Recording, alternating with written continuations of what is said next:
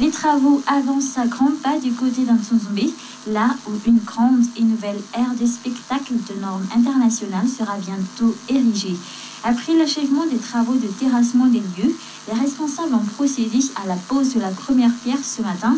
Le président Anjardsveen était sur les lieux en compagnie du ministre de l'Aménagement du Territoire et du PDS Antananarivo et les quelques représentants de la grande famille des artistes. Il y a 2 mois de cela, l'État a fait un état des lieux du terrain et des travaux qui devront s'y faire. Aujourd'hui, ce n'est plus un rêve, a déclaré le numéro 1 de l'État.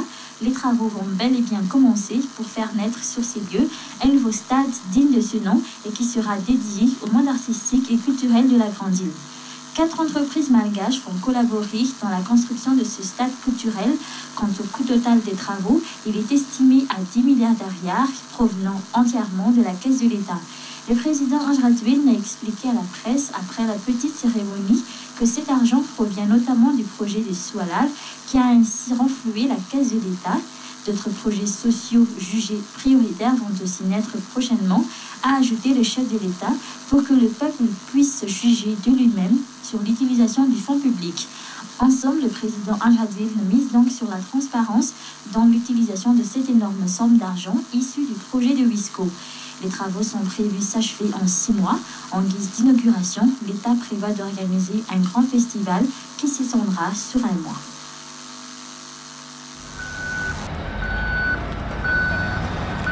Bonjour Madame la Ministre. Bonjour.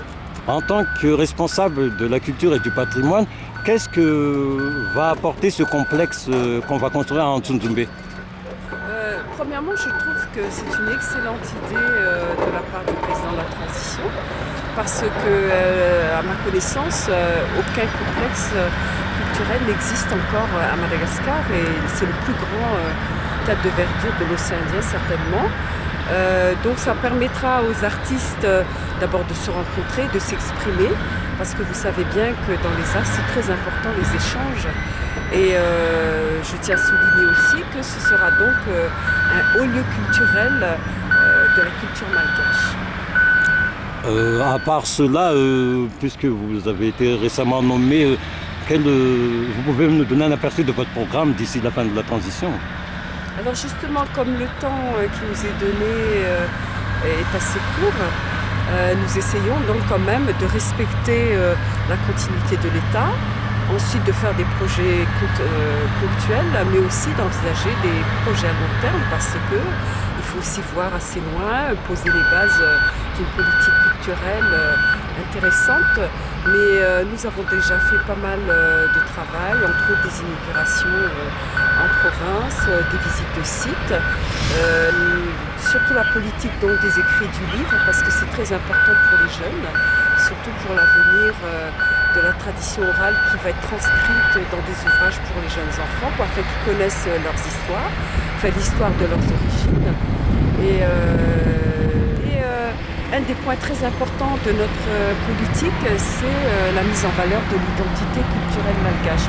C'est un mot qui peut être interprété ou dit un peu banalement, mais nous avons vraiment des actions qui reflètent cette philosophie, c'est-à-dire à travers dans tous les domaines d'activité à Madagascar, nous essayons donc de respecter les valeurs malgaches pour que la culture soit au service du développement. Merci beaucoup. Monsieur le ministre de la Jeunesse et des Loisirs, selon vous, qu'est-ce que va apporter ce nouveau complexe construit ici à Antsonzombe? Le nouveau complexe d'Antsonzombe va apporter beaucoup de choses, pour ne pas dire de la distraction, des loisirs, ne serait-ce que pour la jeunesse ici dans la capitale de Madagascar. Ça va apporter aussi une synergie entre tous les jeunes de Madagascar, puisqu'il y aura des artistes des 4 coins de l'île, à savoir des artistes qui nous viennent du nord, des jeunes artistes qui nous viennent du sud, ainsi de suite. Donc ça permettra de créer donc un élan populaire et surtout pour la jeunesse malgache qui en manque de repères, des infrastructures à but ludique. Et voilà, le pouvoir de la transition conduit par le jeune Anjardsveen apporte donc sa part de briques pour la reconstruction, ne serait-ce que de la jeunesse malgache. La transition, quoi qu'il arrive, va se terminer d'ici peu, d'ici quelques mois. Qu'est-ce que vous allez songer à prioriser avant la fin de cette période de transition? Le ministère de la Jeunesse et des Loisirs cible plusieurs priorités et nous adoptons donc une démarche plutôt pragmatique, plus proche des jeunes, sur terrain.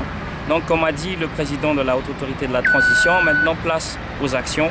Nous, on l'a déjà commencé depuis le début de cette année, entre autres par la construction des maisons des jeunes dans les 22 régions, mais aussi la création des nouveaux loisirs sains et ludiques, des anciens loisirs qui ont déjà existé, mais qui ont été éclipsés un tout petit peu par les loisirs qui nous viennent de l'étranger. Mais bon, nous sommes une île, nous ne devrons pas nous fermer, nous renfermer.